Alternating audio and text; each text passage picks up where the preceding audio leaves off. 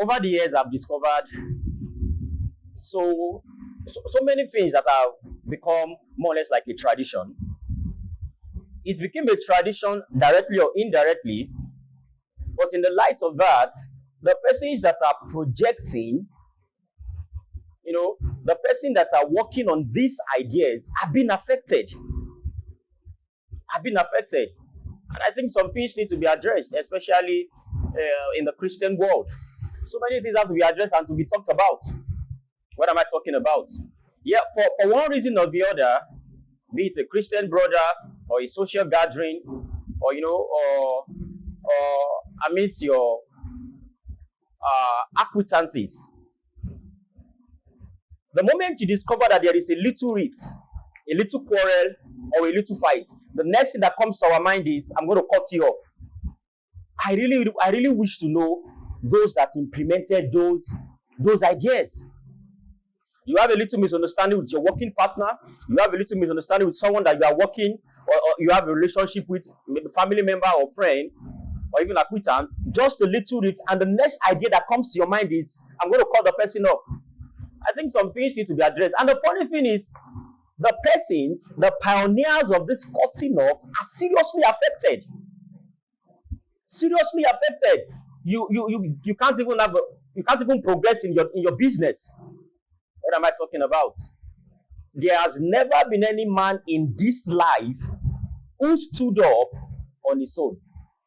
There has never been any woman in this world who stood or who rose to stardom on her own. Understand? There's nobody on earth that has grown by their own powers. We all need someone. We all need people. Even the person you are calling the bad person is also needed, directly or indirectly. So, but after let me say misunderstanding, a little rift, or a little quarrel, the next thing that comes to your mind is, I'm going to cut this person off. And you are quick to forget that this person you said you want to cut off, this person was one of the propellers to your success, or to that particular position that you are attaining presently. So I don't know how these things came by. I don't know how these things became tradition. It became a culture. And with due respect, it's so common to the women. Common in the women's circle.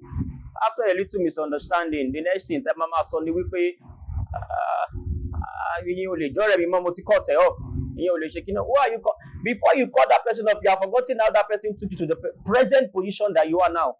We need to start thinking critically before we man or make some decisions. And the funny thing is that, social media can be so funny and be so crazy. But the things we see on social media are the things we quickly implement to our daily lives. But I repeat myself, there has never been any human being in this life, in this world, there has never been any human being that rose to stardom on its own or on their own. So before you rush and make some decisions, before you rush to make some resolutions, let me say that because we're in a new year now. Before you make some resolutions, you have to think deeply. I understand the fact that yes, there could be some times where you have to adjust your mode of relationship, the way you report and things like that. Yes, you have to adjust the way you do some things. But that sudden clause, I'm going to cut you off. Nobody has reason to stardom by himself or herself. Nobody. No soul. Even Jesus Christ had to die. So let me use the word dying. Had to move with the Pharisees. He has to do one or two things with the Pharisees in respect to his ministry.